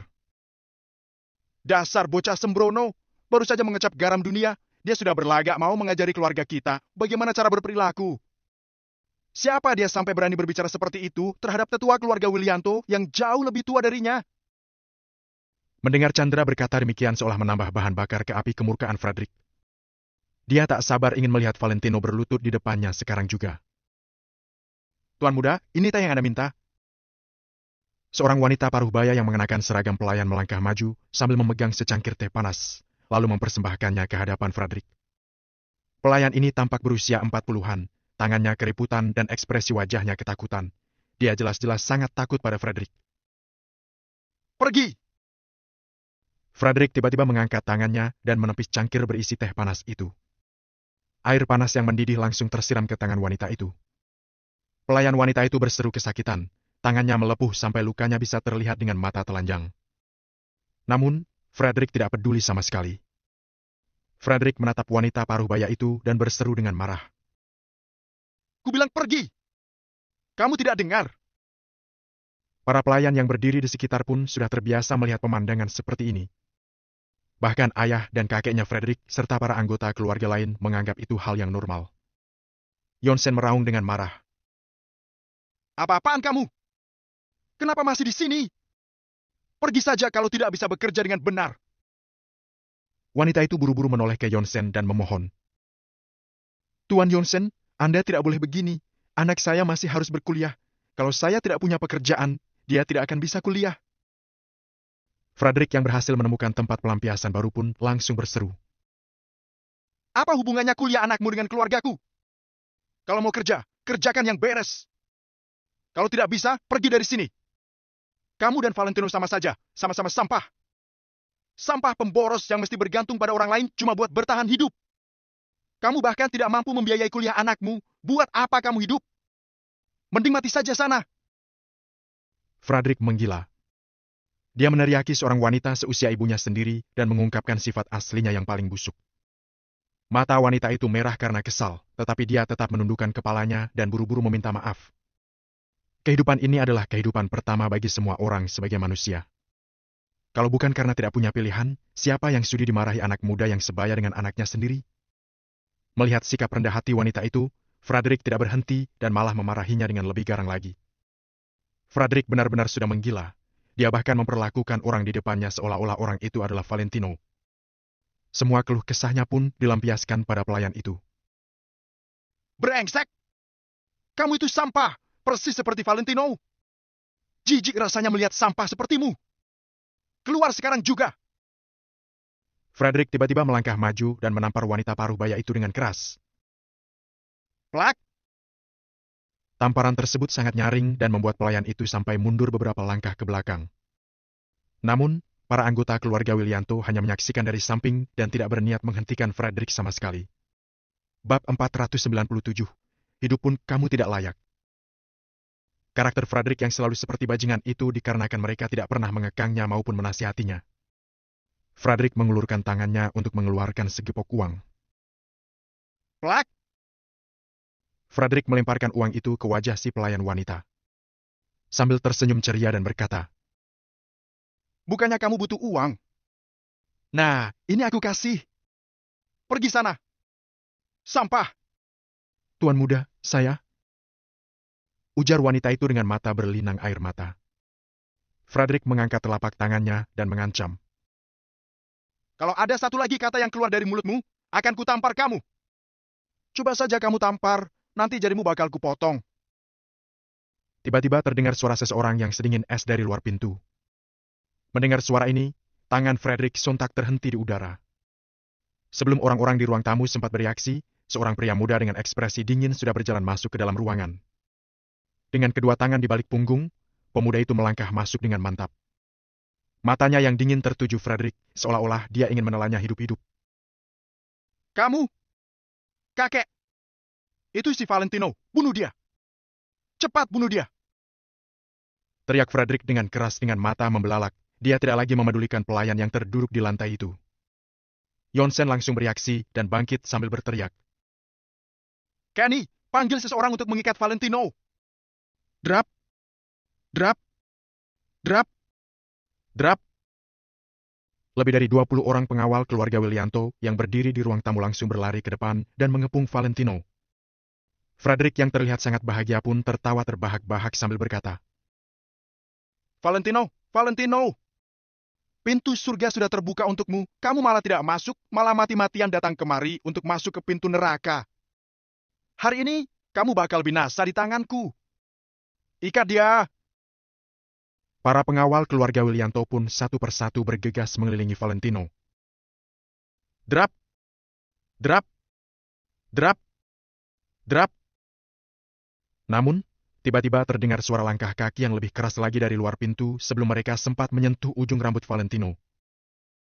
"Brengsek! Aku akan menyapu bersih siapapun yang berani menyentuh Tuan Muda Valentino!" Kasman yang bagaikan harimau ganas melangkah masuk. Tangannya memegang pipa baja yang permukaannya berbinar terpantul cahaya. "Siapapun yang berani menyentuh Tuan Muda Valentino akan mati di tempat!" Di belakangnya, lusinan pria kekar dan berbaju serba hitam. Masing-masing ikut memasuki ruangan sambil memegang pipa baja dengan ekspresi marah. Semua orang di kediaman keluarga Willianto, termasuk para pelayan dan pengawal, melihat pemandangan yang ngeri ini dengan mata terbelalak. "Sialan!" Mata Kasman membelalak dengan marah. Dia bergegas masuk secepat kilat sambil mengangkat pipa besi yang dipegangnya dan menghantamkannya ke seorang pengawal keluarga Willianto yang berdiri paling dekat dari Valentino. "Bilg!" Pukulan itu sangat kejam dan tanpa ampun. Pipa baja menghantam bagian atas kepalanya dengan kuat, hingga bola mata si pengawal itu pun berputar ke belakang dan badannya jatuh ke lantai dalam sekejap. "Serang! Serang mereka! Siapa yang berani menyakiti Tuan Muda Valentino? Sini kalian semua, biar aku beri kalian pelajaran!" teriak Kasman sambil bergegas ke 20 orang pengawal keluarga Willianto itu dengan marah. Walaupun sama-sama pengawal profesional, perbedaan kekuatan antara kedua belah pihak terlihat dengan sangat jelas. Kasman, yang seperti harimau liar dari hutan itu tidak akan kalah meski sendirian melawan 10 orang. Apalagi jumlah anggota yang dibawa Valentino lebih banyak daripada pengawal keluarga Willianto. Lebih dari 30 orang pengawalnya beraksi tanpa mengatakan sepatah kata pun. Pipa baja di tangan mereka berulang kali diangkat, dihempaskan dan dibanting dengan keras. Seisi ruang tamu pun kacau balau dan porak-poranda karena pertarungan kedua belah pihak. Saya tidak memukulnya. Saya tidak menyentuh tuan muda kalian. Saya juga tidak memukulnya. Tolong lepaskan saya. Pengawal keluarga Willianto langsung ketakutan saat menghadapi aura Kasman dan para bawahannya yang berapi-api. Tak usah banyak bacot denganku, teriak Kasman dengan keras. Tubuh tuan muda Valentino lebih berharga dari kita semua. Jarak 1 lengan dari tubuh tuan muda adalah area terlarang. Kalau sampai ada yang memasuki area terlarang itu, bunuh saja langsung. Begitu selesai bicara, Kasman langsung mengayunkan pipa baja yang dipegangnya. Dengan otot lengan yang menonjol, satu pukulan darinya langsung menjatuhkan seorang pengawal keluarga Willianto di tempat. Melihat semua ini terjadi di depan mata mereka, Fredrik, Yonsen, Chandra dan anggota-anggota keluarga lainnya menegang karena ketakutan. Biug! Biug! Biug! Suara bawahan mereka dipukul dan seruan kesakitan terus berdering di telinga mereka. Para pengawal mereka sama sekali bukan lawan orang-orang bawaan Valentino. Para pengawal itu bahkan tidak berani melawan dan hanya terus dipukul. Para pengawal keluarga Willianto terus-menerus dihempaskan ke lantai dan tidak bisa berdiri sama sekali. Walau bisa berdiri sekalipun, mereka tetap tidak berani berdiri. Karena kalau berani melawan atau berdiri lagi, mereka akan dihantam dengan pipa baja lagi. Selama semua ini terjadi, langkah kaki Valentino terus-menerus berjalan menuju Fredrik yang sedang linglung dan terbengong. Saat Valentino sampai di hadapan Fredrik, 20-an orang pengawal yang diperintahkannya semuanya sudah terbaring di lantai karena dipukul habis-habisan. Kasman dan yang lainnya tidak mengatakan sepatah kata pun. Mereka langsung berdiri sambil berjaga di sisi pintu dan jendela sambil memandang satu persatu anggota keluarga Willianto. Seluruh rumah menjadi sunyi, bahkan para pengawal yang tergeletak di lantai sampai menggigit lidah mereka untuk menahan rasa sakit karena tidak berani berteriak. Para anggota keluarga Willianto, termasuk Yonsen dan Chandra, semuanya terkejut dan bahkan sedikit terpana untuk sesaat. Awalnya aku kira kamu cuma sampah. Tapi sepertinya aku telah salah. Jangankan jadi sampah, hidup pun kamu tidak layak. Ucap Valentino dengan mata yang terlihat tenang, tapi tersembunyi amarah yang telah membara dahsyat. Fredrik akhirnya terbangun dari bengongnya dan memaki dengan marah. Valentino Wijaya! Berani sekali kamu! Apa kamu tidak punya orang tua? Di usianya itu dia bisa menjadi ibumu, tapi kamu malah memukulnya. Ujar Valentino sambil melirik wanita paruh baya itu. Hatinya terasa pilu dan sambil berusaha menekan amarahnya dalam-dalam. Memangnya kenapa kalau aku pukul? Aku pun telah memberinya uang. Fredrik masih saja arogan. Dia cukup kaget melihat Valentino yang berani datang ke villa keluarganya. Tetapi 30-an orang yang dibawa Valentino tidak cukup untuk membuatnya takut. Tuan muda, saya tidak butuh uang ini. Saya hanya ingin untuk terus bekerja di sini. Saya masih harus membayar uang sekolah anak saya. Wanita paruh baya itu melangkah maju dengan ketakutan sambil memegang uang yang dilemparkan Fredrik dengan telapak tangannya yang sudah melepuh. Pergi, dasar sialan! Brengsek! Fredrik merobek amplop yang dipegangnya. Belasan lembar uang berwarna merah pun berhamburan di udara. Pelayan wanita itu hanya bergetar ketakutan dan tidak berani berbicara lagi. Valentino menonton dengan tenang, tapi seperti ada kobaran api di kedua matanya yang seketika menyala. Sudah lihat? Aku punya uang, makanya aku boleh berbuat begini. Bahkan setelah aku pukul, dia harus minta maaf padaku. Fredrik lanjut mencibir seperti orang gila. Berani-beraninya ikut campur urusan keluarga Willianto. Memangnya kamu pikir kamu itu siapa, Valentino? Valentino menatap Fredrik selama beberapa saat, lalu berkata dengan nada suara yang dalam tanpa menoleh. Oke. Kamu sendiri yang bilang, ya? Bawa uangnya. Seorang pria kekar yang berdiri di dekat pintu segera bergegas menghampiri mereka sambil membawa sebuah koper persegi berwarna perak putih. Ceklek! Kunci koper dibuka dan menampilkan isi koper yang dipenuhi lembaran-lembaran merah. Semuanya terkejut. Total uang di dalam koper itu pasti tidak kurang dari 1 miliar. Fredrik memandang Valentino dengan heran, tidak mengetahui apa yang akan dilakukan oleh Valentino. Begitu Valentino mengulurkan telapak tangannya, pengawal di sampingnya itu langsung mengeluarkan segepok uang dari dalam koper dan meletakkannya di tangan Valentino. Satu gepok ini bernilai 20 juta. Brengsek! Kamu mau apa, Valentino? Tanya Fredrik dengan mata membelalak. Sorot mata Valentino tetap terlihat tenang, tetapi detik berikutnya, telapak tangannya langsung terangkat. Tangannya yang menggenggam uang mendarat di wajah Frederick secepat kilatan petir. Pukulan itu sangat kejam dan tanpa ampun. Plak! Seperti anak panah yang melesat melewati angin kencang, telapak tangan Valentino menampar wajah Frederick dengan kencang dan menghasilkan suara yang nyaring. Begitu tertampar, Frederick mundur 3 langkah dengan terhuyung, darah pun seketika mengalir dari lubang hidungnya. Siapapun bisa melihat betapa kuatnya kekuatan pergelangan Valentino. Bab 498, Aku berkuasa di atas segalanya. Frederick! Tuan Besar Chandra Willianto, Yonsen Willianto dan ibunya Frederick berseru bersamaan. Sejak kecil hingga dewasa, semua anggota keluarga Willianto tidak pernah memukul Frederick. Mereka semua menyayangi Frederick seperti nyawa mereka sendiri. Tetapi sekarang dia malah dipukul oleh Valentino sampai mimisan. Kejadian ini membuat anggota keluarga Willianto marah besar. Tuan Besar Chandra menatap Valentino dengan ekspresi marah sambil membentak. Nak, kamu masuk ke rumahku, memukul satpamku dan menghina cucuku. Peraturan seperti apa ini? Valentino mencampakkan segepok uang 20 juta ke wajah Frederick, lalu berkata sembari tertawa sinis. Hehe, seperti yang dia katakan, aku memukulnya, tapi aku memberinya uang. Bukankah dia yang mengajariku peraturan ini? Seusai berbicara, Valentino menjatuhkan tamparannya lagi. Setelah melihat Valentino mengulurkan tangannya, satpam yang berdiri di samping koper langsung meletakkan setumpuk uang di tangan Valentino. Kemudian Valentino mencampakkan uang tersebut ke arah Frederick lagi. Kali ini Frederick benar-benar naik pitam. Valentino, dasar sialan. Plak! Tak menunggunya selesai membentak, sebuah tamparan jatuh ke wajahnya lagi. Wajah Frederick langsung membengkak dan bekas telapak tangan di wajahnya terlihat sangat jelas. Pluk! Segepok uang dicampakkan lagi ke wajah Frederick dan bertebaran di mana-mana. Aku memukulnya, tapi aku memberinya uang. Ujar Valentino dengan nada tenang dan tatapan teledor, dia pun maju dan menampar lagi. Sekali menampar akan diberikan 20 juta.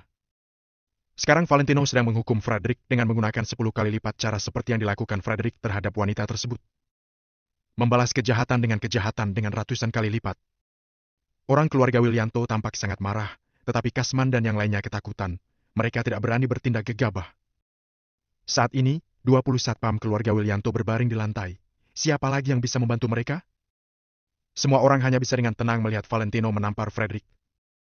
Setiap kali menampar, Valentino akan mencampakkan segepok uang. Sekali menampar, akan dicampakkan uang 20 juta. Valentino menampar sebanyak belasan kali, uang sudah berserakan di seluruh ruang tamu. Pada saat ini, lantai telah dipenuhi oleh uang, seolah-olah ditutupi oleh sebuah karpet merah. Seluruh lantai penuh dengan uang, tetapi tidak ada yang berani memungutnya. Awalnya Frederick masih ingin melawan, tetapi tamparan sekuat besi itu membuatnya pusing. Masih tidak telungkup, sepertinya tamparanku terlalu ringan. Valentino mengernyit, dia mengangkat tangannya dan menampar lagi. Tap, tap, tap. Frederick ditampar hingga mundur beberapa langkah, lalu memegang sofa di samping. Namun, saat ini Frederick akhirnya mengerti, dia langsung berbaring di lantai tanpa berbasa-basi dan sama sekali tidak berani mengangkat kepalanya. Dia tidak ingin ditampar lagi. Setiap tamparan Valentino membuat kepalanya pusing. Di dalam koper itu ada uang 1 miliar. Kalau Valentino menampar sampai semua uang itu habis, Frederick pasti akan mati dipukul di tempat. Jadi, untuk sementara Frederick tidak berani berulah. Valentino akhirnya menarik kembali tangannya, lalu berkata sambil menggosok pergelangan tangannya. Bisa-bisanya kamu membuat pergelangan tanganku sakit. Kulit wajahmu benar-benar tidak biasa. Frederick telungkup di lantai sembari menggertakkan giginya. Tetapi dia tidak berani menyambung pembicaraan Valentino. Ibunya Frederick segera berlari mendekat. Dia memelototi Valentino dengan tatapan marah, kemudian memapah Frederick untuk berdiri. Valentino membalikkan badannya dengan cuek. Dia mengambil sisa uang 600 juta di dalam koper, kemudian berjalan ke samping wanita paruh baya itu.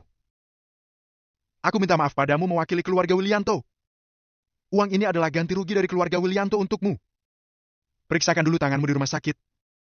Sisa uangnya sudah cukup untuk membayar uang sekolah putramu. Ujar Valentino dengan nada datar. Ah! Wanita paruh baya itu tercengang, kemudian dia berkata sembari mengayunkan tangannya. Tidak perlu, tidak perlu. Ambillah.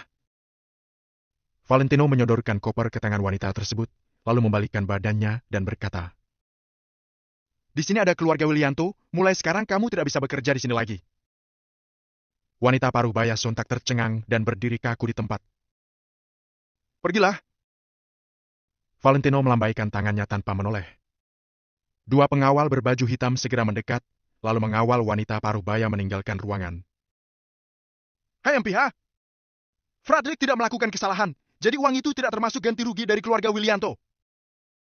Ujar Yonsen dengan marah.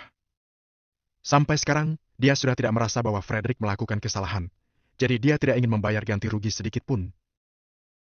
Aset keluarga Willianto akan segera diambil alih olehku. Beberapa ratus juta ini sama sekali bukan apa-apa. Hehe. Valentino melangkah perlahan. Setelah memberi pelajaran kepada anak muda, sekarang saatnya memberi pelajaran kepada orang tua. Kasman mengangkat kursi dan meletakkannya di belakang Valentino. Nak, kamu masuk ke rumahku tanpa izin, memukul satpamku dan menghina keluarga Willianto.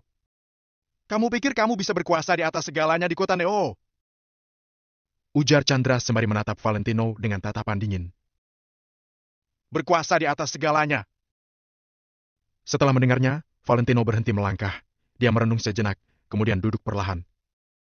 Segera setelah itu, dia pun berkata dengan tegas kepada Chandra. Aku memang bisa berkuasa di atas segalanya di kota Neo. Begitu mendengarnya, Chandra membelalakan matanya dan Yonsen juga tercengang. Seluruh ruang tamu menjadi hening. Siapa yang berani berbicara seperti ini di kota Neo? Meskipun Tuan Muda Chris dari grup Nagasan berbicara seperti ini, dia juga harus melihat kondisi.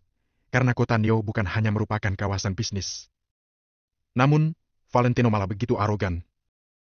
Sementara itu, Valentino sama sekali tidak merasa dirinya arogan. Dia duduk dengan tenang di kursi dan Kasman berdiri tegak di belakangnya. Sungguh naif. Kamu berkuasa di atas segalanya. Kamu pikir kamu bisa menakuti keluarga Willianto dan membuat kami tunduk padamu hanya dengan mengandalkan 30-an orang? Kamu jangan bermimpi. Yonsen tertawa dingin, kemudian mengeluarkan ponsel. Kamu jangan pergi kalau memang hebat dan jangan menyuruh orang untuk menghentikanku menelepon. Yonsen melihat Kasman dan orang di sampingnya tampak siap menyerang, jadi dia pun memberikan peringatan terlebih dahulu. Valentino mengangguk sambil berkata, sebelum urusannya selesai, aku tidak akan pergi. Baik. Yonsen menjawab dengan kesal. Dia pun ingin menelpon untuk mencari bala bantuan. Namun, baru saja menemukan nomor dan belum sempat menelpon, ponselnya berdering duluan. Yonsen ingin langsung menutup telepon, tetapi dia melihat bahwa orang yang menelpon adalah salah satu pemimpin perusahaan keluarga Willianto. Menelpon pada saat ini, pasti ada urusan mendesak. Yonsen mengernyit, lalu menjawab telepon. Pak Yonsen, terjadi masalah besar. Barusan semua bisnis kita mendapat serangan secara bersamaan. Kantor pusat diserang oleh peretas. Anak perusahaan juga mengalami pukulan besar. Toko fisik juga disuruh untuk tutup dan melakukan perbaikan. Perusahaan kita akan berakhir. Yonsen baru saja meletakkan ponsel di dekat telinganya. Tetapi suara panik pemimpin tersebut langsung terdengar dengan jelas. Apa? Teriak Yonsen dengan mata terbuka lebar. Tidak mungkin. Selama ini perusahaan kita sangat stabil. Belakangan ini juga tidak ada tindakan besar. Yonsen tampak sangat panik. Bab 499. Apa itu peraturan? Sekian dulu Pak Yonsen. Ada orang yang menelpon lagi. Tolong Bapak periksa dulu apa masalah yang terjadi sebenarnya dan segera selesaikan. Sekarang semua karyawan kita sangat panik. Mereka berpikir bahwa perusahaan akan bangkrut. Jadi semuanya langsung pergi ke Departemen Keuangan untuk meminta gaji. Pemimpin berbicara dengan cemas, kemudian langsung menutup telepon. Setelah telepon ditutup, Yonsen meletakkan ponselnya dengan ekspresi terkejut. Detik berikutnya, Yonsen balik menatap Valentino. Melihat ekspresi Valentino yang begitu tenang dan cuek, Yonsen curiga kalau hal ini berhubungan dengan Valentino. Yonsen belum sempat berbicara, tapi ponselnya langsung berdering terus-menerus. Pemimpin dari setiap industri menelpon Yonsen dengan panik. Semuanya melaporkan bahwa anak perusahaan mendapat pukulan besar dan toko fisik dipaksa untuk tutup. Semua toko fisik keluarga Willianto mendapat serangan seolah-olah dipasang pelacak. Yonsen tidak tahu bagaimana caranya lawan melakukan semua ini, tetapi kenyataan di depan mata mengatakan bahwa keluarga Willianto pasti telah menyinggung kekuatan yang sangat mengerikan. Yonsen, kenapa tidak menelpon untuk memanggil bantuan? Chandra merasa tidak senang melihat Yonsen menerima belasan telepon, tetapi semuanya langsung ditutupnya tanpa mengatakan apapun. Ayah, keluarga kita akan bangkrut. Perusahaan kita mengalami pukulan besar, 80 toko fisik terpaksa ditutup. Saat ini, Yonsen baru sadar, kemudian berbicara dengan cemas. Apa? Chandra langsung jantungan hingga memuntahkan darah. Frederick tercengang. Tanpa semua bisnis itu, Frederick tidak bisa menjadi tuan muda keluarga Willianto lagi. Aku bilang aku bisa berkuasa atas segalanya di kota Neo. Apa sekarang kalian sudah percaya?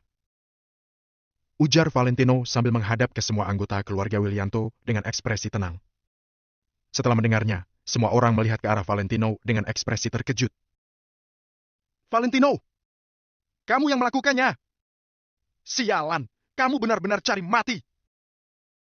Ujar Frederick dengan kesal sembari berjalan mendekati Valentino. Namun, ibunya sontak menarik Frederick, sementara Frederick menatap Valentino dengan tatapan marah.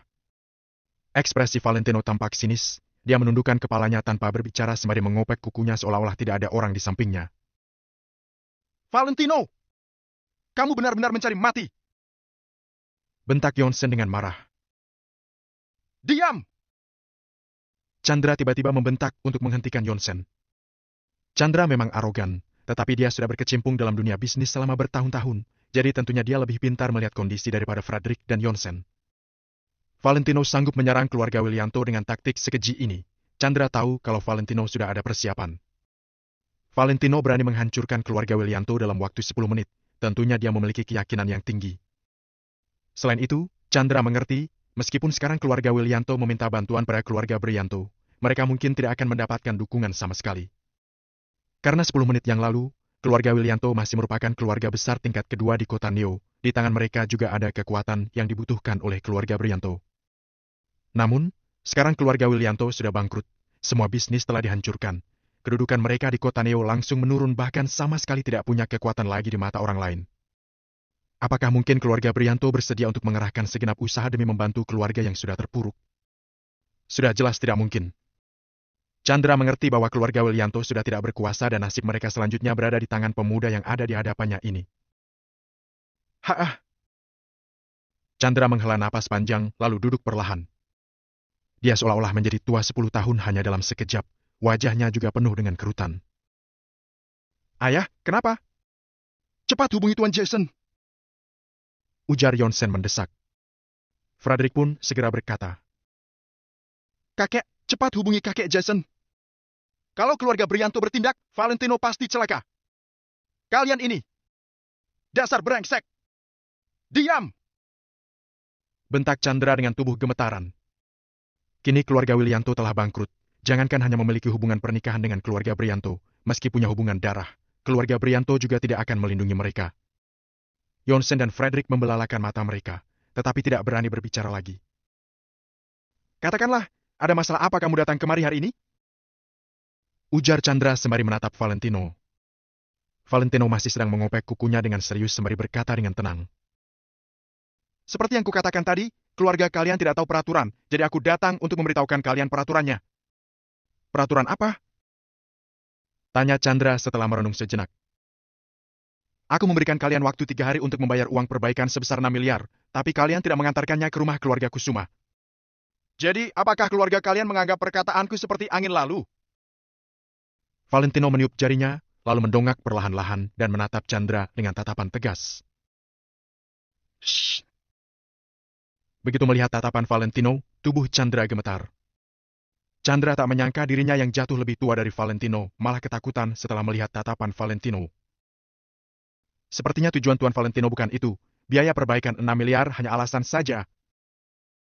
Chandra berusaha menenangkan dirinya. Benar. Aku ingin melihat sikap kalian, tapi kalian sama sekali tidak menjaga harga diriku. Ujar Valentino dengan tenang. Chandra merenung sejenak, lalu berkata, apa konsekuensinya kalau tidak menjaga harga diri Tuan Valentino? Setelah mendengar pertanyaan tersebut, Valentino tidak langsung menjawab, melainkan menatap Chandra dengan tenang, kemudian tertawa. Namun, bagi keluarga Willianto, senyuman di wajah Valentino terlihat sangat mengerikan. Konsekuensinya adalah mengikuti jejak grup Kingston dan grup Ika. Chandra sontak membelalakan matanya, dia tak menyangka bahwa 2 peristiwa itu dilakukan oleh Valentino. Peristiwa besar yang menggemparkan seluruh kota Neo ternyata dilakukan oleh pemuda ini. Seketika wajah semua anggota keluarga Willianto tampak pucat pasi dan Frederick juga ketakutan. Ternyata Valentino adalah harimau ganas yang bersembunyi di kota Neo seperti yang dikatakan oleh Tuan Jason. Sekarang Chandra akhirnya mengerti. Namun, semuanya sudah terlambat. Kalau dari awal dia tahu bahwa Valentino begitu mengerikan, jangankan 6 miliar, 60 miliar juga pasti akan diantarkannya. Namun, sekarang semuanya sudah terlambat. Ternyata ini adalah peraturan Tuan Valentino. Chandra menghela napas panjang, wajahnya tampak sangat pucat. Tidak, ini hanya salah satu peraturanku saja. Ujar Valentino sembari menatap Chandra dengan ekspresi tenang. Setelah mendengarnya, Chandra tercengang lalu menatap ke arah Valentino lagi. Memimpin anak buah untuk membasmi keluarga Ika, lalu menggunakan taktik kejam untuk menghancurkan keluarga Willianto, semua itu hanya termasuk salah satu peraturan. Bolehkah aku bertanya? Tuan Valentino punya peraturan apa lagi? Apa yang dimaksud dengan peraturan? Chandra terdiam selama 10 detik, baru akhirnya berbicara. Valentino tertawa lagi. Kali ini keluarga Willianto merasa suara tertawa Valentino terdengar lebih mengerikan. Mereka sangat ketakutan seolah-olah berhadapan dengan seekor harimau ganas yang sedang kelaparan. Segera setelah itu, Kasman yang berdiri di belakang Valentino tiba-tiba mendekat. Sementara itu, 30-an pengawal yang tadinya berjaga di pintu. Kini ada 10 pengawal yang tetap berjaga di pintu, sedangkan 20 pengawal lainnya berjalan mendekat. Tak menunggu keluarga Willianto merespons, Kasman dengan cepat mengangkat jaketnya dan mengeluarkan sebuah pistol mitralyur seperti seorang prajurit terlatih di medan perang. Senjata panas. Bab 500, keluarga Willianto akhirnya menurut. Melihat keadaan ini, semua anggota keluarga Willianto terkejut. Srek! Srek! Srek! Ketika keluarga Willianto tercengang, mereka melihat 20 prajurit berbaju hitam bergerak serentak, lalu mengeluarkan pistol mitralyur dengan cepat dan memegangnya dengan gaya yang sangat sesuai standar. Semua mulut pistol yang mengerikan itu dibidik dengan tepat ke arah keluarga Willianto. Shh. Terdengar suara terkesiap. Valentino, jangan sok jagoan. Kamu ingin mempermainkan siapa dengan pistol mainan seperti itu? Kamu pikir aku tidak punya? Teriak Frederick. Krak, krak! Kasman tidak merespons dan wajahnya tidak berekspresi, tetapi dia langsung mengisi peluru dan prajurit keluarga Wijaya juga ikut melakukan gerakan yang sama. Mendengar suara peluru terisi, wajah Frederick menjadi kaku dan ekspresinya tampak kaget. Apakah pistol mainan bisa mengeluarkan suara seperti ini? Segera setelah itu, Kasman dan yang lainnya langsung menarik pelatuk tanpa ragu. Dor, dor, dor! Pistol mitralyur langsung menembakkan bara api berwarna kuning dan peluru ditembakkan seperti meteor. Kasman dan yang lainnya menekan mulut pistol ke bawah dan menembak terus-menerus dengan wajah tanpa ekspresi. Dor, dor, dor! Dor, dor, dor! Seolah-olah hujan peluru di medan perang terjadi di hadapan keluarga Willianto. Semua anggota keluarga Willianto tercengang. Mereka tidak berani bergerak sama sekali karena ketakutan. Setelah menembak beberapa saat, mereka semua meletakkan pistol dan berdiri tegak. Kasman berkata dengan tegas. Ini adalah peraturan Tuan Muda Valentino. Saat ini, ruangan menjadi hening. Tidak ada anggota keluarga Willianto yang terluka. Namun, sekarang lantai di hadapan mereka sudah penuh dengan lubang peluru. Karpetnya hancur, lantai marmer yang keras juga muncul lubang yang tidak terhitung jumlahnya. Ternyata itu bukan pistol mainan. Lebih tepatnya, ini adalah peraturan yang akan kukeluarkan kalau musuh tidak tahu peraturan. Sekarang kalian sudah paham, kan? Ujar Valentino dengan tenang. Yonsen terbengong dan terduduk di sofa. Tembakan tadi benar-benar membuatnya ketakutan setengah mati. Bruk! Saat ini, Tuan Besar Chandra yang terhormat juga sontak berlutut di hadapan Valentino. Tuan Valentino, aku paham. Chandra berlutut sangat lama dengan kepala ditunduk. Valentino mengernyit di saat dia hendak berbicara. Kasman berbisik padanya. Tuan Muda Valentino, jangan berbelas kasihan. Begitu mendengar perkataan Kasman, Valentino kembali duduk dengan tegap. Kakek, kenapa kakek berlutut di hadapannya? Teriak Frederick. Chandra tetap berlutut sambil berkata dengan suara pelan. Kalau kalian tidak ingin mati, cepat berlututlah bersamaku. Hidup semakin lama, akan mengetahui semakin banyak hal. Setelah mengetahui semakin banyak hal, maka semakin memiliki rasa hormat dan takut. Ada kekuatan tertentu, bahkan orang terhebat pun tidak bisa mengendalikan mereka. Chandra sangat memahami hal ini. Semua anggota keluarga Willianto terdiam sejenak, tetapi mereka tidak berani meragukan perkataan Chandra. Semuanya pun ikut berlutut di hadapan Valentino. Frederick berdiri sejenak, lalu melirik pistol mitraliur di tangan Kasman, kemudian berlutut dengan patuh. Semua anggota keluarga Willianto berlutut bersamaan. Di hadapan Valentino, Chandra berada paling depan. Di belakangnya ada belasan anggota keluarga Willianto. Mereka berlutut seolah-olah sedang bersujud pada kaisar. Tuan Valentino, keluarga Willianto total ada 12 orang. Kami memohon kepada Tuan Valentino agar bisa membiarkan kami hidup, ujar Chandra dengan suara gemetar. Valentino mengernyit, dia merasa ragu. Tuan muda Valentino, jangan berbelas kasihan dan melepaskan musuh, bisik Kasman. Valentino merenung sejenak, kemudian berkata dengan pelan. Keluarga Willianto telah bersalah, tapi tidak perlu sampai dibunuh. Karena mereka sudah menurut, masalah ini sampai di sini saja. Melihat Chandra yang sudah sangat tua berlutut di hadapannya, Valentino tidak tega bertindak kejam. Valentino memang sangat tegas dalam membunuh musuh, tetapi dia bukan pembunuh berdarah dingin. Seharusnya setelah melewati masalah kali ini, keluarga Willianto tidak berani melawan Valentino lagi. Baiklah. Kasman tidak berani melawan perintah Valentino. Dia pun menghela napas, lalu mengangguk secara paksa. Hanya mereka yang pernah mengalami pembantaian sesungguhnya di medan perang, baru memahami seberapa tidak bijaknya tindakan melepaskan musuh pergi. Dulu Kasman juga pernah melepaskan seorang musuh. Tetapi orang itu membawa pihak musuh datang membunuh semua anggota tim mereka yang jumlahnya mencapai 30 orang. Kasman sampai harus bersembunyi di tumpukan mayat dan pura-pura mati baru bisa selamat dari pembantaian itu. Sejak saat itu, hati Kasman berubah menjadi sekeras besi. Kalian tidak akan dibunuh, tapi tetap harus menerima hukuman. Mulai sekarang, kalian harus meninggalkan kota Neo, ujar Valentino sambil berdiri perlahan, lalu bersiap untuk pergi. Chandra menghela napas, kemudian menjawab sembari mengangguk. Terima kasih, Tuan Valentino. Sedangkan anggota keluarga Willianto lainnya merasa tidak sudi. Keluarga Willianto sudah berusaha keras selama bertahun-tahun baru, akhirnya berkembang menjadi keluarga besar. Sekarang bisnis mereka dihancurkan dan keluarga mereka diusir keluar dari kota Neo. Dengan begitu, mulai sekarang mereka tidak bisa hidup mewah lagi. Mereka juga akan berubah menjadi orang tak berguna seperti wanita parubaya itu. Semua perubahan itu membuat mereka merasa marah. Namun, menghadapi kekuatan besar yang ditunjukkan oleh Valentino saat ini, mereka tidak berani melawan. Akan tetapi, Frederick menggertakkan giginya dan badannya gemetaran. Tanpa keluarga Willianto, Frederick kehilangan segalanya.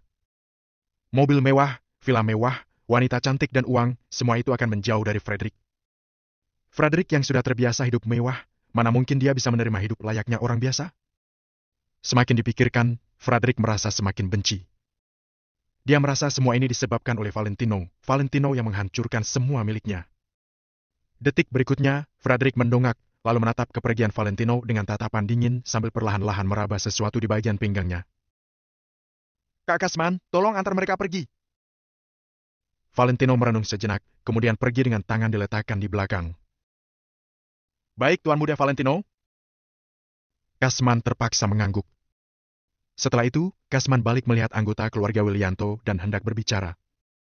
Pada saat ini, Frederick yang berlutut dari tadi, tiba-tiba melompat dan mengeluarkan pistol hitam dari bagian pinggangnya, lalu membidik ke arah punggung Valentino. Valentino! Dasar brengsek! Kamu menghancurkan keluarga Willianto dan menghancurkan aku, meskipun aku mati, aku juga tidak akan membiarkanmu hidup dengan tenang. Frederick berteriak keras, lalu segera mengisi peluru dan menarik pelatuk. Saat ini Valentino sudah berjalan sampai depan pintu. Begitu mendengar suara, dia membalikkan badannya dan terkejut melihat senjata di tangan Frederick. Jarak ini tidak bisa dihindari. Dor! Suara keras menggetarkan badan pistol dan sebuah peluru ditembak ke udara. Tuan Muda Valentino! Minggir! Kasman membelalakan matanya sambil berteriak dengan nada marah, kemudian mengerahkan segenap usahanya untuk memutarkan badannya dan menghalangi di antara Valentino dan Frederick. Bu! Terdengar suara peluru menancap masuk ke dalam tubuh. Suara Kasman tiba-tiba berhenti. Dia memegang bagian perutnya dengan kedua tangannya dan darah terus mengalir dari sela-sela jarinya. Tik, tik. Darah mengalir memenuhi lantai. Pada saat ini, semua orang tercengang, bahkan tangan Frederick juga gemetaran. Kasman membelalakan matanya dan menunduk untuk melihat telapak tangannya yang kini sudah berlumuran darah, kemudian mengeluarkan segenap tenaganya untuk berteriak. "Lindungi Tuan Muda, Valentino!